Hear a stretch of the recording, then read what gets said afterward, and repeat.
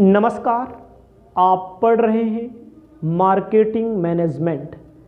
Marketing management के class के क्रम को आगे बढ़ाते हुए नए चैप्टर की शुरुआत कर रहे हैं, जिस चैप्टर का नाम है विक्रय पूर्वानुमान, इंग्लिश में कहते हैं सेल्स फोरकास्टिंग। आपको सबसे पहले अपनी कॉपी में चैप्टर का नाम लिखना पड़ेगा। चैप्टर का नाम आप लिखेंगे विक्रय पूर्वानुमान। विक्रय पूर्वानुमान आपको बताना चाहते हैं। विक्रय पूर्वानुमान से आज से पेपर में पूछा जाता है। विक्रय पूर्वानुमान से क्या आशय है, पेपर में पूछा जाता है। विक्रय पूर्वानुमान का आशय है कि भविष्य में जो होने वाली बिक्री है, जो होने वाली सेलिंग है, उसका अनुमान लगाना। ठीक है, उसे विक्रय पूर्वानुमान कहते हैं। ध्यान दीजिएगा, भावी मतलब भविष्य में, भावी विक्रय का अनुमान लगाना। भावी विक्रय का अनुमान लगाना विक्रय पूर्वानुमान कहलाता है। विक्रय पूर्वानुमान कहलाता है। यानी कि भविष्य में, इन फ्यूचर में जो होने वाली बिक्री है उसे कहा जाता है, उसके बारे में अनुमान लगाने को कहा जाता है विक्रय पूर्वानुमान। तो इसे आप अपनी कॉपी में अपनी सुविधा को ध्यान में रखते हुए लिख लेंगे। ठीक है, उसके बाद आपको इसमें लिखते हैं परिभाषाएं। बहुत सारे विद्वानों ने बहुत सारी दी हैं, लेकिन आपको बताना चाहते हैं कि आप केवल यही लिखेंगे भविष्य में होने वाली बिक्री के लिए अनुमान लगाना विक्रय पूर्वानुमान कहलाता है। आपको अपनी कॉपी में दूसरी हेडिंग लिखना है। मान लीजिए परिभाषा आप चाहे जो रखेंगे, इसका निष्कर्ष क्या हो रहा है, इसका निष्कर्ष क्या है। इसका निष्कर्ष निकालने के लिए आप कह सकते हैं विक्रय एक प्रकार का, विक्रय पूर्वानुमान एक प्रकार का विक्रय का पूर्वानुमान है। ध्यान दीजिएगा, पहला निष्कर्ष विक्रय पूर्वानुमान विक्रय का एक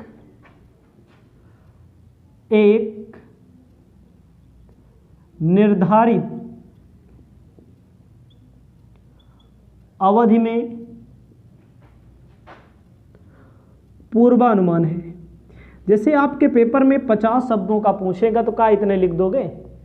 तो डिटेल में आपको लिखना पड़ेगा। जब आप डिटेल में जाएंगे तो जो विक्रय होता है, विक्रय पूर्वानुमान होता है विक्रय का एक निर्धारित अवधि में, एक निर्धारित अवधि होगी, 1 साल, 6 महीना, 1 महीना, 2 महीना, जिसे बोला जाएगा विक्रय पूर्वानुमान। विक्रय का एक निर्धारित अवधि में पूर्वानुमान है। एक निर्धारित अवधि में, एक निर्धारित टाइम का इसमें वैल्यूएशन दिया गया है। दूसरा आपको लिखना है, दूसरा आप लिखिए विक्रय रुपयों में जो विक्रय का अनुमान लगाया जाता है, विक्रय का अनुमान रुपयों में अथवा इकाइयों में होता है। समझिएगा, विक्रय का अनुमान आप रुपयों में लगा सकते हैं, विक्रय का अनुमान आप इकाइयों में लगा सकते हैं। ठीक है, तीसरा आपको लिखना है विक्रय पूर्वानुमान में, विक्रय पूर्वानुमान बदल भी सकता है। ऐसा कोई जरूरी नहीं है कि जितने आपने अनुमान लगाया, जितना, ठीक है, जितना आपने अनुमान लगाया उतना ही विक्रय हो। विक्रय में परिवर्तन भी हो सकता है, इसको भी आपको ध्यान रखना है, इसको भी आपको समाधान करना है। तो कहा गया है विक्रय पूर्वानुमान को विक्रय की भविष्यवाणी, विक्रय का अनुमान भी कहते हैं। मतलब कितने का सामान बेचोगे, चाहे रुपयों में चाहे इकाइयों में, भविष्यवाणी कर देना, उसे ही कहा जाता है विक्रय पूर्वानुमान। इसे आप अपनी कॉपी में अपनी सुविधा के अनुसार लिख लेंगे। आगे आपको चलते हैं, विक्रय पूर्वानुमान से संबंधित शब्द क्या हैं। शब्द भी आपको लिखना पड़ेगा, हेडिंग डालना पड़ेगा, विक्रय पूर्वानुमान से संबंधित शब्द। विक्रय पूर्वानुमान से संबंधित शब्द में आपको ध्यान दिया है, लिखा गया है बाजार, पहला लिखना है बाजार। दूसरा आपको लिखना है बाजार संभाव्य, बाजार संभाव्य। तीसरा लिखना है बाजार भाग, बाजार भाग। 3 है। तो आपको पता होना चाहिए, आपको पता भी है बाजार किसे कहते हैं। बाजार वह स्थान है जहां पर बहुत सारे क्रेता होते हैं, बहुत सारे विक्रेता होते हैं। क्रेता वस्तुओं की मांग करता है, विक्रेता वस्तुओं या सेवाओं की पूर्ति करता है, इसे बाजार कहा जाता है। उसके बाद क्या कहता है, बाजार संभाव्य का मतलब क्या होता है। संभाव्य का मतलब होता है संभावना कितनी है, भविष्य में संभावना कितनी है बाजार की, वस्तु की, बाजार में किस वस्तु की संभावना कितनी मात्रा में है, उसे बाजार संभाव्य कहा जाता है। उसके बाद दिया गया है बाजार भाग। बाजार भाग किसे कहते हैं, ध्यान दीजिएगा, बाजार भाग को इकाइयों या रुपयों में व्यक्त किया जाता है। जब इकाई में और रुपयों में व्यक्त किया जाता है उसे बाजार भाग कहा जाता है। तो आपको मैंने जितना बताया एक बार फिर से सुन लेंगे। विक्रय पूर्वानुमान अगर पूछेगा तो मान लीजिए छोटे अक्षरों में पूछेगा, छोटे शब्दों का मतलब 50 शब्दों में पूछेगा, तो विक्रय पूर्वानुमान से आप क्या समझते हैं। तो सब लोग कह सकते हैं, अनपढ़ व्यक्ति भी कह सकता है विक्रय के बारे में अनुमान लगाना, भविष्य में कितना विक्रय होगा उसे विक्रय अनुमान कहते हैं, विक्रय पूर्वानुमान। लेकिन 50 शब्द नहीं बना, 1 शब्द बना, 2 शब्द बना, 3 शब्द बना, 4 शब्द बना, 5 बना, 6 बना, 7 बना, 8 कह सकते हैं, 9 भी कह सकते हैं। 50 शब्द कहाँ हुआ। जब 50 शब्द नहीं हुआ तो 50 शब्द का 5 नंबर का प्रश्न रहेगा, 2 नंबर का प्रश्न रहेगा, 3 नंबर का, तो कहाँ से आपको नंबर मिलेगा। ये चीज़ जानकारी होनी चाहिए आपको कि भैया 50 शब्द नहीं बना है, चलो ठीक है 10 शब्द बना है। तो ये भी लिखना पड़ेगा निष्कर्ष के तौर पर, या इसका एनालिसिस करना पड़ेगा, निष्कर्ष निकालना पड़ेगा। विक्रय पूर्वानुमान विक्रय का एक निर्धारित अवधि में पूर्वानुमान है। विक्रय पूर्वानुमान क्या है, एक निर्धारित अवधि में। अवधि का मतलब 1 साल में, 1 महीने में, 6 महीने में, ठीक है। दूसरा है विक्रय का अनुमान रुपयों में लगा सकते हैं। हम कोई व्यवसाय कर रहे हैं, हम यह अनुमान लगाएंगे कि भैया 100 रुपये का बिजनेस होगा, 1 लाख का होगा, 2 लाख का होगा, 1000 का होगा। विक्रय का जो अनुमान लगाया जाएगा रुपयों में लगाया जाएगा। या इकाइयों में लगाया जाएगा। इकाई का मतलब अगर मान लीजिए आलू बेचने का कारोबार है तो 2 बोरा आलू बेच देंगे, 4 बोरा बेच देंगे, 10 बोरा बेच देंगे, इसे इकाई बोला जाता है। इकाई का मतलब होता है यूनिट, ठीक है। विक्रय का पूर्वानुमान बदल भी सकता है। जो आप अनुमान लगा रहे हैं वह जरूरी नहीं है, जो आप भविष्यवाणी कर रहे हैं वो जरूरी नहीं है कि आपकी भविष्यवाणी सत्य पर ही आधारित हो। आपकी भविष्यवाणी वो गलत भी साबित हो सकती है। इसे आप लिखेंगे। तो 50 शब्द की बात आई ना, 50 शब्द कैसे पूरा होगा? 8वां, 9वां, 10वां, 11वां, 12वां, 13वां, 14वां, 15वां, 16वां, 17वां, 18वां, 19, 20, 21, 22, 23, 24, 25, 26, 27, 28, 29, 30, 31, 32 और 33 और 34 अभी भी नहीं पूरा हुआ। समझो? तो बच्चे क्या, स्टूडेंट क्या करते हैं, 2 लाइन लिख करके सोचते हैं हम तीर मार दिए हैं, तो वहीं पर दिक्कत आ जाती है। अब आपको बताना चाहते हैं, विक्रय पूर्वानुमान से संबंधित शब्द आपको बताने पड़ेंगे। बाजार, विक्रय पूर्वानुमान, बाजार। बाजार वह स्थान होता है जहां सेवा की खरीद की जाती है, सेवा का मतलब सर्विस की, या बिक्री की जाती है। क्रेता खरीदता है, विक्रेता पूर्ति करता है। तो लिख देंगे, 50 शब्द ऑटोमेटिक हो जाएगा। संभाव्य बाजार वह बाजार होता है जिस बाजार की संभावना हो भविष्य में, उसे संभाव्य बाजार कहा जाता है, ठीक है। बाजार भाग उसे कहते हैं जहां पर बाजार को कई भागों में बांट दिया जाता है, इकाइयों में, रुपयों में, उसे संभाव्य, उसे बाजार भाग कहा जाता है। तो ये इतना आपको समझ में आ गया होगा। इसे आप अपनी कॉपी में अपनी सुविधा के अनुसार लिखने का काम करेंगे।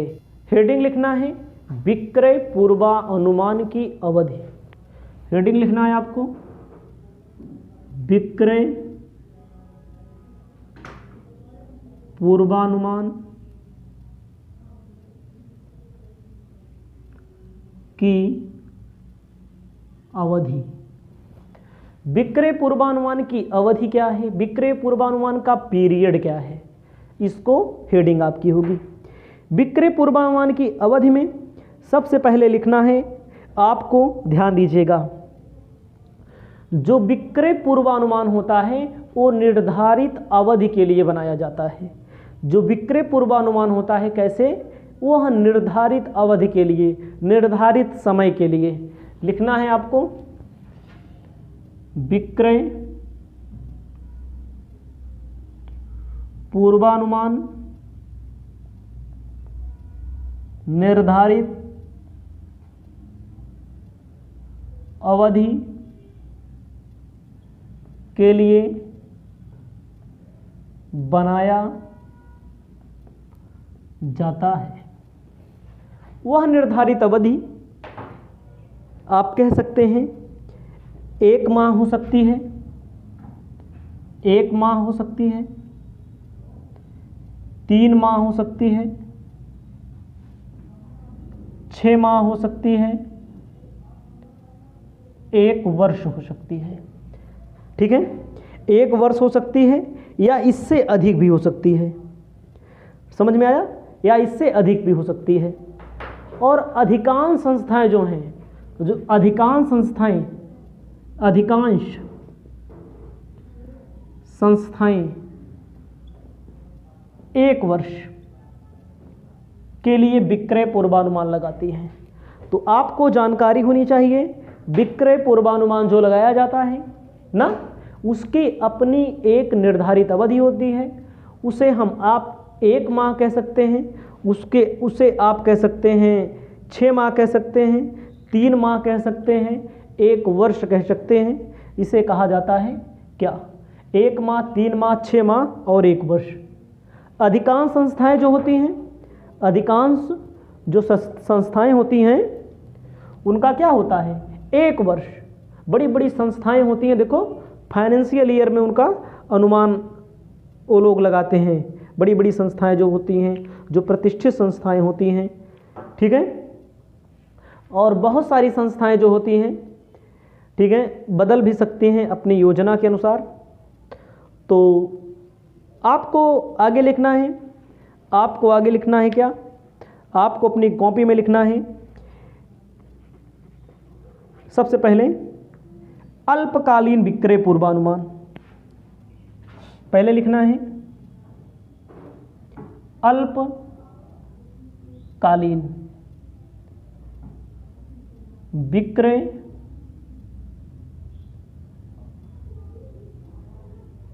पूर्वानुमान। अल्पकालीन विक्रय पूर्वानुमान। उसके बाद आपको लिखना है इसमें, इसके आगे एक कहा गया है सप्ताह से 6 माह तक, एक सप्ताह से 6 माह तक जो विक्रय का पूर्वानुमान लगाया जाएगा, एक सप्ताह से कै माह तक होगा, 6 महीने तक होगा। इसको आप याद रखेंगे, अल्पकालीन का मतलब। और मान लीजिए कभी कभी ये भी होता है 6 माह तक कोई गारंटी नहीं है, तो 1 वर्ष तक बढ़ाया जा सकता है। 1 सप्ताह से 6 माह भी अल्पकालीन में आएगा और 1 सप्ताह से 1 वर्ष भी अल्पकालीन में आएगा।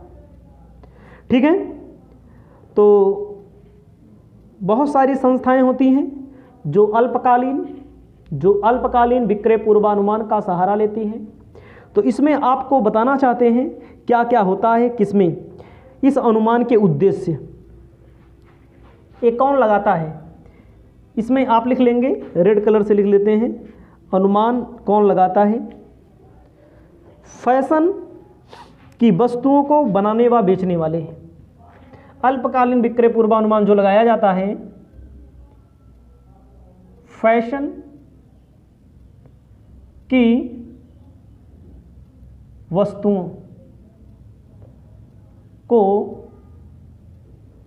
बनाने व बेचने वाले। फैशन की वस्तु का मतलब क्या होता है। फैशन की वस्तु आप समझते होंगे, आप लोग खुद यूज करते होंगे, और फैशन समय समय पर बदल जाता है। फैशन समय समय पर क्या हो जाता है, बदल जाता है, इसीलिए 6 महीना रखा गया है। इसमें सबसे पहले लिखना है आपको विक्रेता का उद्देश्य, हेडिंग लिखना है। उद्देश्य में आपको पहला लिखना है विक्रेताओं का विक्रय कोटा निर्धारित करना। विक्रेताओं का विक्रय कोटा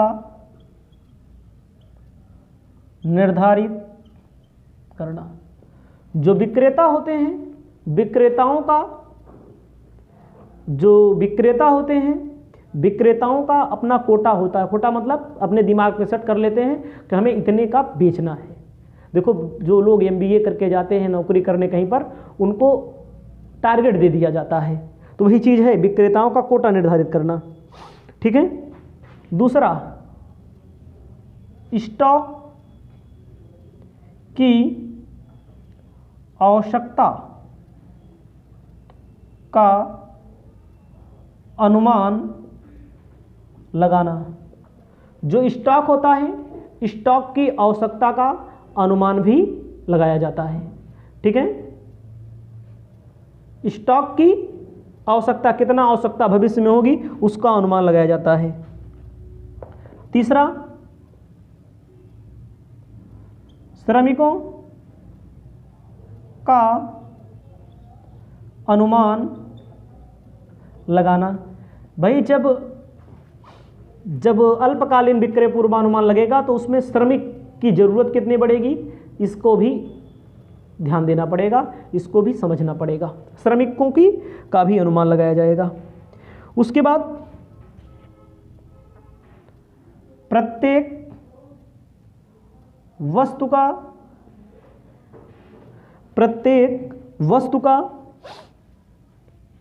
उत्पादन,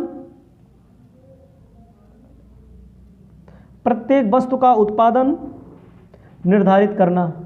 विक्रय के आधार पर ही, ध्यान दीजिएगा, निर्धारित करना। विक्रय के आधार पर ही प्रोडक्शन होता है, बिक्री के आधार पर ही प्रोडक्शन होता है, इसीलिए बिक्री के आधार पर उत्पादन किया जाता है, बिक्री के आधार पर उत्पादन किया जाता है। कार्यशील पूंजी, कार्यशील पूंजी का अनुमान लगाना। कार्यशील मतलब वर्किंग कैपिटल, वर्किंग कैपिटल पूंजी का भी अनुमान लगाया जाता है।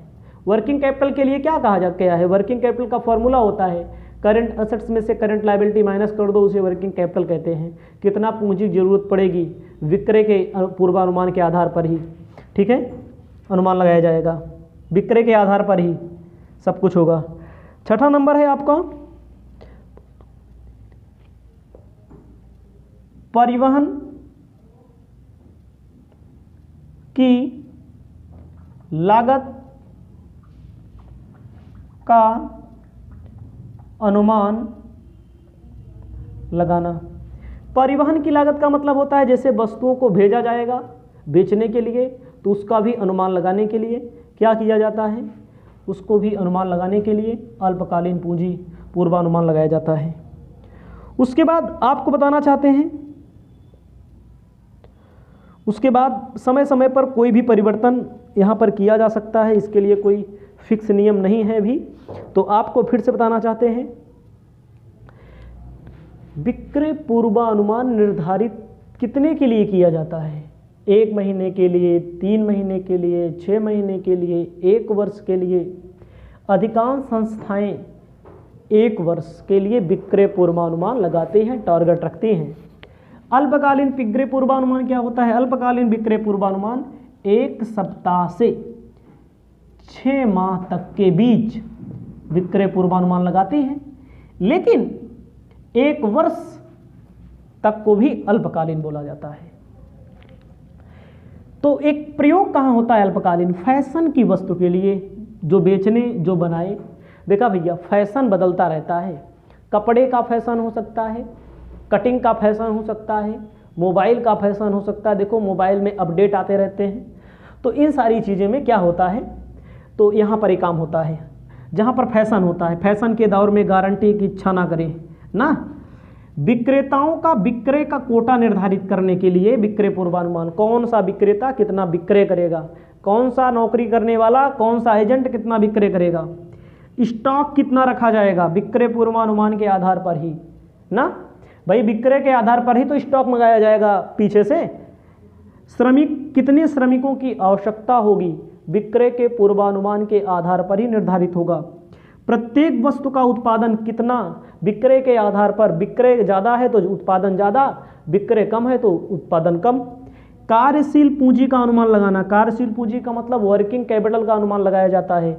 वर्किंग कैपिटल को कहते हैं, working capital equal to current assets में से करंट लायबिलिटी को माइनस कर दिया जाता है। परिवहन की लागत, परिवहन की लागत मतलब होता है सामान को, परिवहन की लागत के अलावा सुविधा, कौन कौन ट्रक से सामान जाएगा, बस से जाएगा, टेम्पो जाएगा, ई रिक्शा जाएगा, इसका भी अनुमान लगाया जाता है।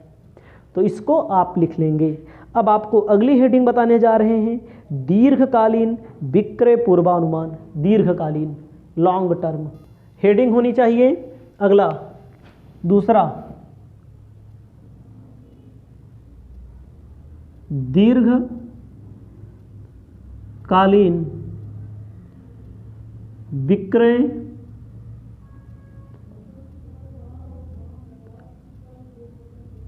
पूर्वानुमान। दीर्घकालीन विक्रय पूर्वानुमान को क्या बोलेंगे, कब से कब तक भैया, दीर्घकालीन पूर्वानुमान 5 वर्ष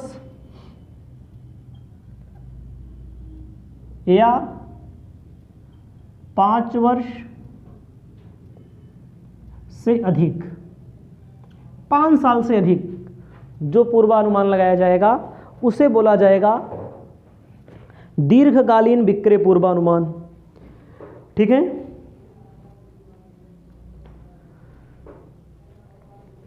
तो इसका उपयोग किया जाता है। कौन संस्थाएं इसका उपयोग करती हैं दीर्घकालीन, वे संस्थाएं इसका उपयोग करती हैं जो अपने विस्तार की योजना बनाती हैं। कौन सी, वे संस्थाएं, ध्यान दीजिएगा, वे संस्थाएं जो अपने विस्तार की योजना बनाती हैं। अपने विस्तार का मतलब बड़ी बड़ी कंपनियां हैं, अपने नई नई ब्रांच खोलती हैं, नई नई फर्में खोलती हैं, उन कंपनियों के लिए ज़्यादा ज़रूरी होता है। ठीक है, तो इसका उद्देश्य आपको लिखना है।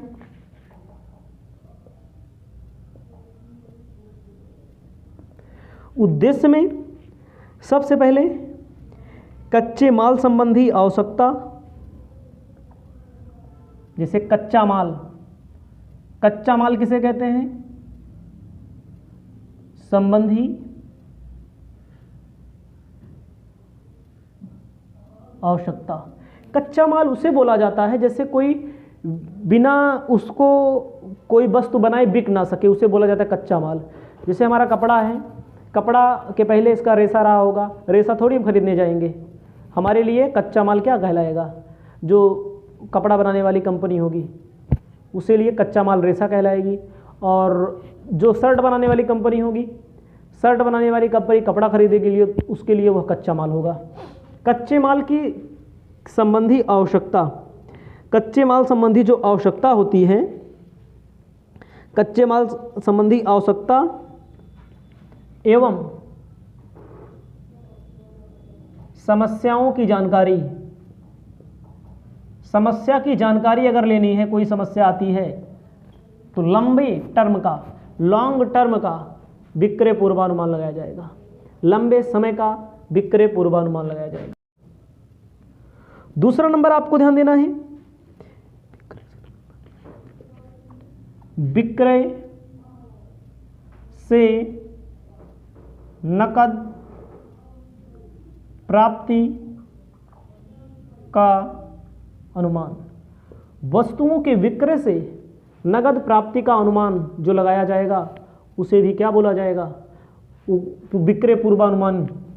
ठीक है, दीर्घकालीन किसके लिए? विक्रय से नगद प्राप्ति का अनुमान। तीसरा नंबर आपको लिखना है भावी पूंजीगत व्ययों का अनुमान। जो भविष्य में पूंजीगत व्यय किसे बोलते हैं? पूंजीगत व्यय मतलब होता है जैसे कोई प्लांट स्थापित करना होता है, जैसे कोई बड़ी बड़ी संस्थाएं स्थापित कर, बड़ी बड़ी मशीन स्थापित करनी होती है, पूंजीगत व्यय जहां होता है, पूंजीगत मतलब लागत, बहुत बड़ी मात्रा में पैसा खर्चा करना पड़ता है, वहां पर विक्रय पूर्वानुमान लगाया जाता है। भावी पूंजीगत जहां होता है वहां पर लॉन्ग टर्म, लंबे समय के लिए सोचना पड़ता है। कोई गाड़ी खरीदने जा रहे हैं आप, या कोई फैक्ट्री है, बड़ी बड़ी मशीनें खरीदने ना, कोई कारखाना लगाने में, वहां पर भावी पूंजीगत व्ययों के लिए विक्रय पूर्वानुमान लगाया जाता है। उसके बाद आपको लिखना है अनुसंधान विभाग, अनुसंधान विभाग का लक्ष्य। अगर अनुसंधान विभाग का लक्ष्य निर्धारित करना है, अनुसंधान करवाना है, तब भी ठीक है, अनुसंधान मतलब उसके बाद प्रतिस्पर्धा करनी है तो लंबी समय की योजना बनानी पड़ेगी, लंबा प्रोग्राम बनाना पड़ेगा। प्रतिस्पर्धा मतलब कंपटीशन करना है, तो इसे भी ठीक है करना पड़ेगा आपको। भावी सेवा वर्ग, भावी सेवा वर्ग की आवश्यकता।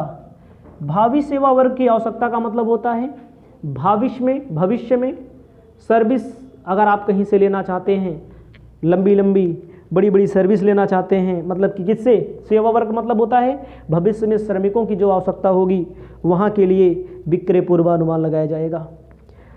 उसके बाद आपको लिखना है मध्यमकालीन विक्रय पूर्वानुमान। हेडिंग जो होगी मध्यमकालीन,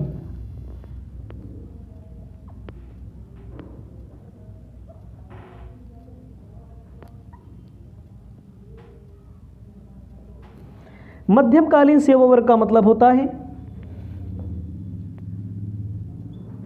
1 वर्ष से 4 वर्ष के लिए जो योजना बनाई जाती है, जो पूर्वानुमान लगाया जाता है, उसे बोला जाता है मध्यमकालीन। मध्यमकालीन में क्या करना है, इसका उद्देश्य क्या है भाई? मध्यमकालीन का उद्देश्य होता है व्ययों पर नियंत्रण करना, व्ययों पर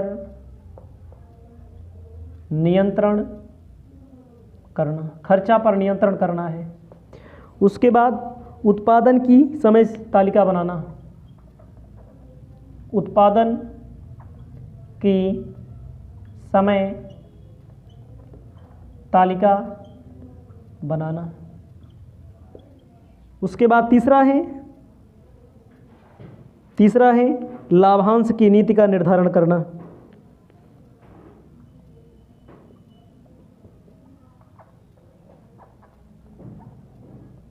लाभांश मतलब कंपनी जो लाभांश देती है, जो लोग अंश कंपनी में खरीदे होते हैं, ठीक है।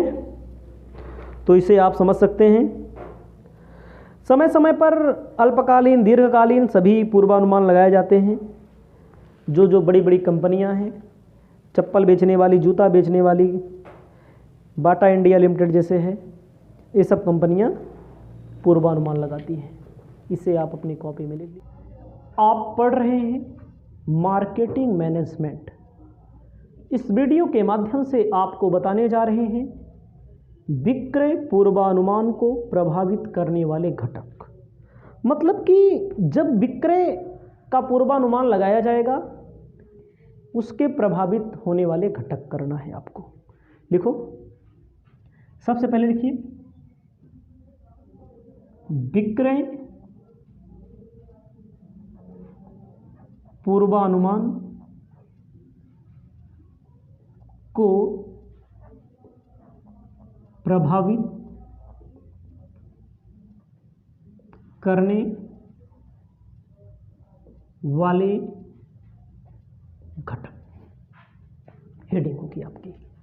और मैं दावा करता हूं कि यहां से आपके पेपर में क्वेश्चन पूछा जाता है। वही चैप्टर है। ध्यान दीजिएगा, जब आप पूर्वानुमान लगाएंगे, कोई भी संस्था पूर्वानुमान लगाएगी, तो जरूरी नहीं है पूर्वानुमान आपका सटीक साबित हो। पूर्वानुमान प्रभावित होता है, घट सकता है और बढ़ सकता है। तो आपको सबसे पहले लिखना है, इसको 4 वर्गों में बांटा गया है अध्ययन की सुविधा के लिए। विक्रय पूर्वानुमान को जो घटक प्रभावित करते हैं, इनको 4 वर्गों में बांटा गया है। पहले लिखा है संस्था की आंतरिक दशाएं। पहले लिखना है संस्था की आंतरिक दशाएं। ध्यान दीजिएगा, आप जो पढ़ रहे हैं, संस्था की आंतरिक दशा क्या कहती है? संस्था की आंतरिक दशा कहती है किसी संस्था की आंतरिक दशाएं उस समय संस्था की बिक्री की को बड़ी सीमा तक प्रभावित करती हैं जब आंतरिक दशाओं में उस संस्था की मूल्य नीति, विज्ञापन नीति, विक्रय संवर्धन नीति, विपणन नीति, संगठन संरचना नीति आते हैं। ध्यान दीजिएगा, आंतरिक में क्या क्या आता है भाई? विक्रय की आंतरिक दशाओं में सबसे पहले आता है मूल्य नीति। मूल्य नीति के बाद विज्ञापन, विज्ञापन व विक्रय संवर्धन, मतलब बिक्री बढ़ाने का साधन, ठीक है, नीति। तीसरा वितरण नीति। चौथा संगठन संरचना, संगठन संरचना, संस्था की आंतरिक दशाएं आती हैं। तो आपको पता होना चाहिए, आगे कहा गया है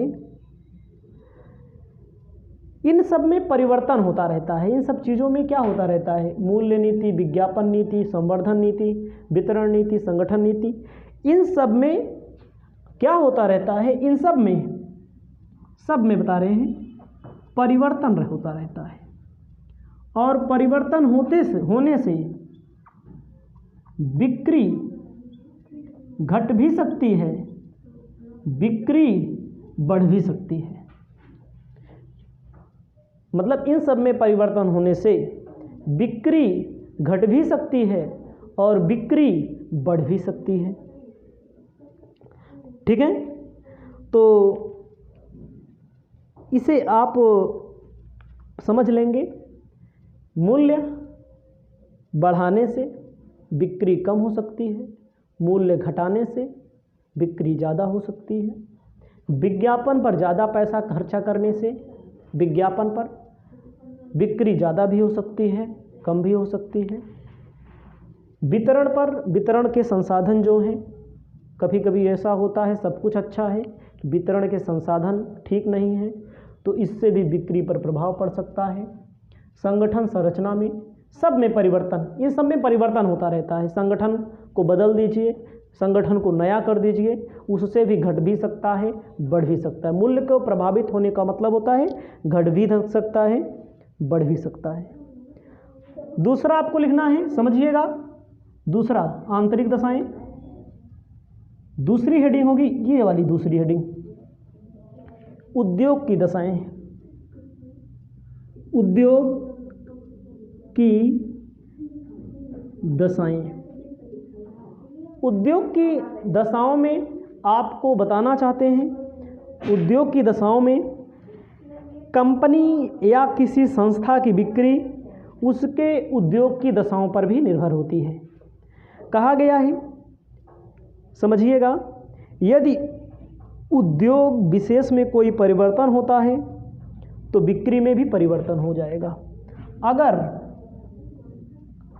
उद्योग में परिवर्तन होगा तो बिक्री में भी परिवर्तन होगा। उद्योग में अगर परिवर्तन होता है तो बिक्री में भी परिवर्तन होता है। जैसे कहा गया है कि जैसे मान लीजिए बहुत सारी संस्थाएं उत्पादन कर रही हैं, बहुत सारी संस्थाएं उत्पादन कर रही हैं, बाद में अनेक संस्थाएं बंद हो जाती हैं तो बिक्री बढ़ सकती है। कम संस्थाएं उत्पादन कर रही हैं, बाद में ज़्यादा संस्थाएं उत्पादन करने लगेंगी तो संस्था की बिक्री कम हो जाएगी। समझिएगा, अगर उद्योग में कम लोग आए हैं तो हो सकता है आपके संस्था की बिक्री ज़्यादा हो, अगर ज़्यादा लोग हैं तो कम भी हो सकता है, घट भी सकता है, बढ़ भी सकता है। ध्यान दीजिएगा, मूल्य, विज्ञापन, डिजाइन, रंग, रूप, आकार, इससे भी क्या होता है? परिवर्तन हो जाता है। उद्योग की दशाओं के बाद आपको लिखना है तीसरी दशा, सामान्य व्यावसायिक दशाएं। सामान्य व्यावसायिक दशाएं। अगर सामान्य व्यावसायिक दशाओं में अगर कोई परिवर्तन होता है, जैसे होता है करारोपण नीति, बचत नीति। जैसे पहले लिखना आपको करारोपण। आप समझिएगा, कर पहले ज़्यादा लगता था, अब कम लग रहा है, तब कम में बेचोगे तो ज़्यादा बिकेगा। कर पहले ज़्यादा लग रहा था, अब कम लग रहा है, उसके अलावा पहले कम लग रहा था, अब ज़्यादा लग रहा है, बढ़ते जाता है कर। करारोपण को से भी परिवर्तन होता रहता है। उसके बाद आपको लिखना है बचत नीति। अगर लोग ज़्यादा पैसा बचत कर देंगे तो बिक्री कम हो जाएगी, खर्चा करेंगे तो बिक्री बढ़ जाएगी। बचत नीति के बाद पंचवर्षीय योजनाएं। पंचवर्षीय योजनाएं जो 5 वर्ष से संबंधित योजनाएं होती हैं, 5 वर्ष बदलती रहती हैं योजनाएं, उससे भी प्रभाव पड़ता है। ठीक है। उसके बाद मूल्य की प्रवृत्ति, मूल्य का घटना बढ़ना, मूल्य की प्रवृत्ति से भी विक्रय पूर्वानुमान को प्रभावित किया जा सकता है। चौथा बाद यहाँ पर रहेगा 5वां। उसके बाद उत्पादन की संभावना, उत्पादन की संभावना से भी ये सारी चीज़ें होती हैं। उसके बाद आयात निर्यात, आप समझो अगर आयात विदेश से ज़्यादा कर लिया गया, आयात विदेश से ज़्यादा कर लिया गया, आयात मतलब मंगा लिया गया, तो बिक्री कम हो जाएगी। निर्यात ज़्यादा किया गया तो बिक्री बढ़ जाएगी। ठीक है, बहुत सारी चीज़ें हैं। उसके बाद बैंक नीति, बैंक नीति से भी, ठीक है, बैंक नीति, सरकारी मूल्य, सरकार का हस्तक्षेप, सरकार का हस्तक्षेप, अगर सरकार का हस्तक्षेप बढ़ जाता है या कम हो जाता है तो इससे भी मूल्यों पर प्रभाव पड़ता है, विक्रय पर प्रभाव पड़ता है। आगे बताएंगे सामाजिक आर्थिक दशाएं, इसको लिख लेंगे आप। आगे आपको लिखना है सामाजिक आर्थिक दशाएं, चौथा नंबर।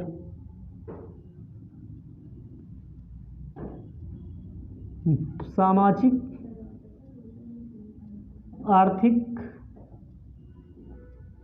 दशाएं, सामाजिक आर्थिक दशाओं में जैसे होता है प्रगति, व्यक्ति की आय, आय में परिवर्तन होने से मांग में, यानी कि पूर्व मांग की पूर्वानुमान में परिवर्तन हो जाएगा, विक्रय में परिवर्तन हो जाएगा, रहन सहन का स्तर, इसमें भी इसमें परिवर्तन होने से विक्रय पूर्वानुमान परिवर्तन हो जाता है। शिक्षा, शहरीकरण,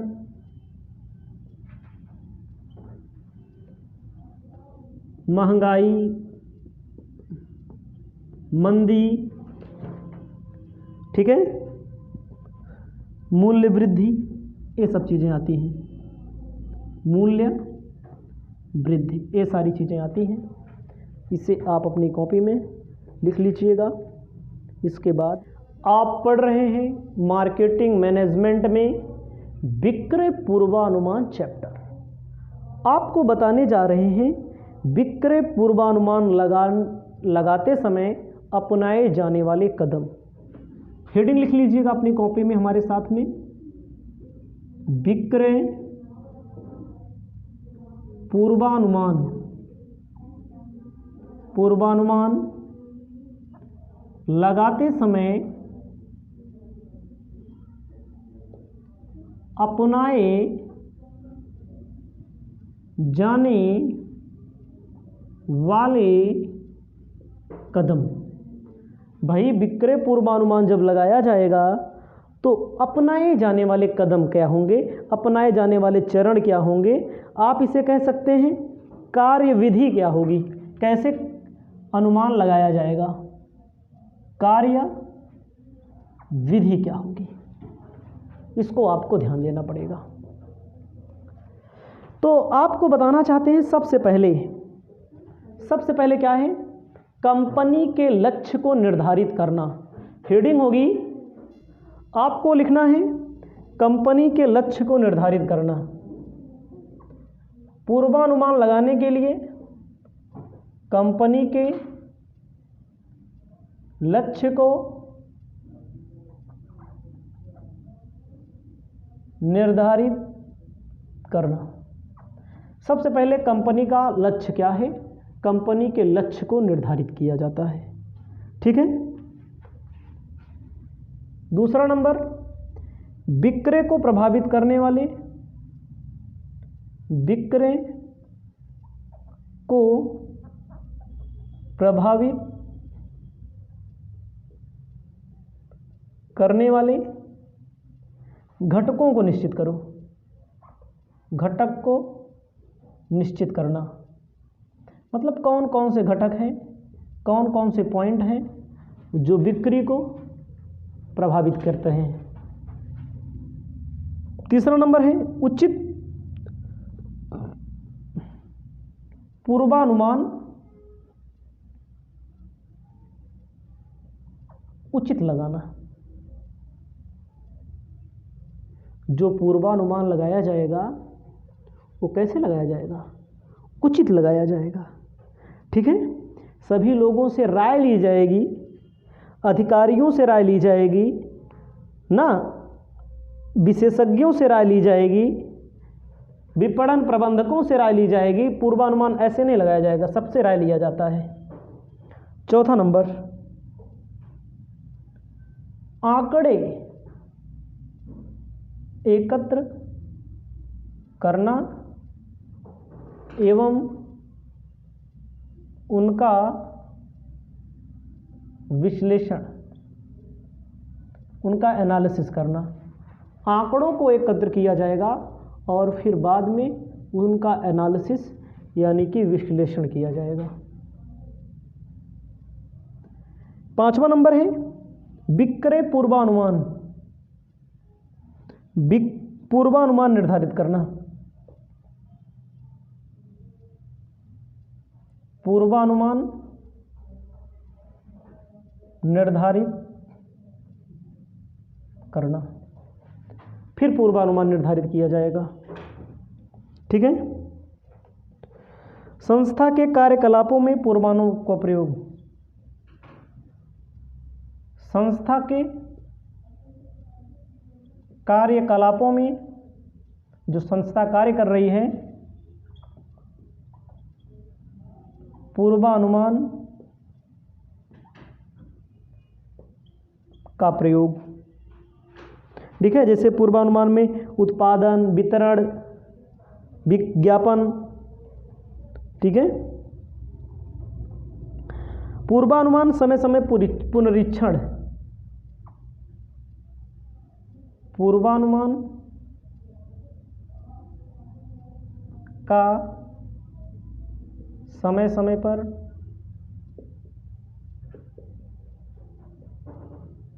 निरीक्षण। ठीक है, तो इसे आपको ध्यान देना पड़ेगा।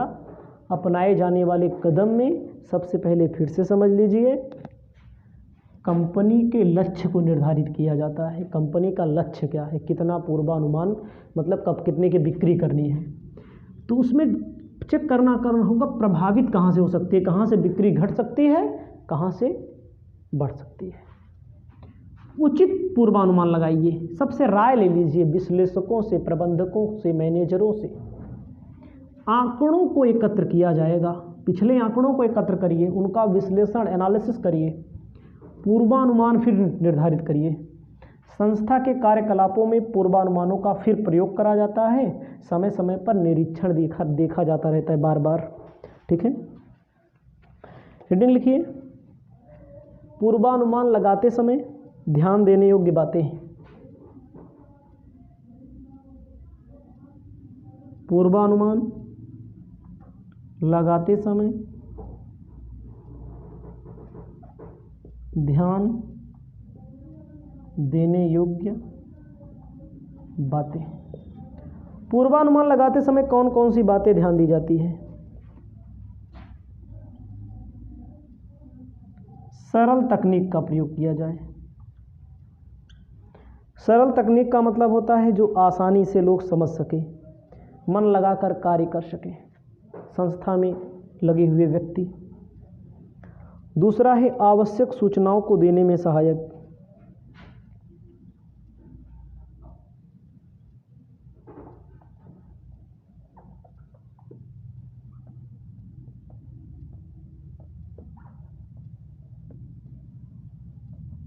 पूर्वानुमान में आवश्यक सूचनाओं पर भी बहुत ध्यान दिया जाता है, जिनसे सहायता मिलती है। तीसरा नंबर होता है मितव्ययी, को इंग्लिश में बोलते हैं इकोनॉमी। मितव्ययी का मतलब जहाँ धन कम खर्चा हो, जहाँ श्रम कम खर्चा हो, ठीक है, उसे बोला जाता है मितव्ययी। इसको भी आपको ध्यान देना पड़ेगा। श्रम, समय, ठीक है।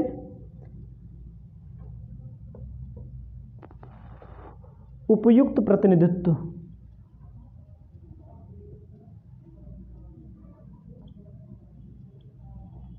जो